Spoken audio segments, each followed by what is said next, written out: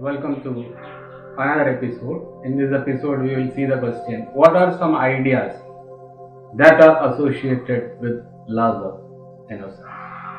What are some ideas that are associated with loss of innocence? No one wants their children to be innocent. We equate innocence with ignorance. No one wants their children to be innocent. We equate innocence with ignorance. We are taught to be cunning. We call that being smart. This happens at a very young age. We are taught to be cunning. We call this being smart. This happens at a very young age. Next we will see the quotes Zen, Zest, Zip, Zap, Zen by Osho. So these things have to be remembered. Real innocence belongs to the Buddhas. They have lost their first childhood in knowledge, and then they become aware of what they have lost. They have lost the precious, the essential for the non-essential. So they drop their knowledge. Dropping their knowledge, they become innocent again. This is the second innocence, a second birth. In India, we call such person Dvija, twice born. He is real Brahmin because he has known Brahman, the Absolute. The Absolute can be known only in innocence. So the most important thing is the innocence of the sage. It is like innocence of the children, but only like. The innocence of children is bound to be corrupted, but the innocence of the sage cannot be corrupted anymore. He has passed through that phase. His innocence has maturity. His innocence has integrity. His innocence is earned. He deserves it. Small children are innocent, but they have not earned it. It is natural.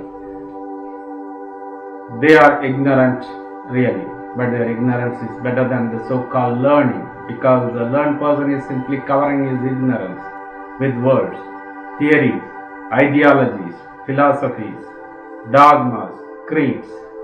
He is trying to cover up his ignorance, but just scratch him a little bit and you will find inside nothing but darkness, nothing but ignorance. A child is in a far better state than a learned person, but one thing is absolutely bound to happen. He will have to go through learning. It is part of his life's experience.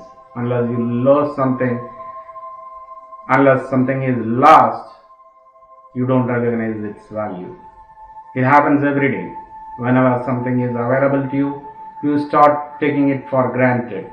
You forget all about it. To be human, J.Krishnamurti, from that we'll see a quote.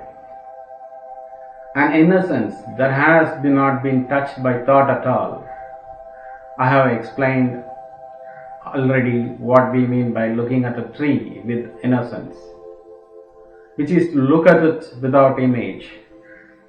In the same way, you have to look at violence without the image, which is involved in the word itself. Look at it without any movement of thought is to look at it as though you are looking at it for the first time, and therefore looking at it with innocence.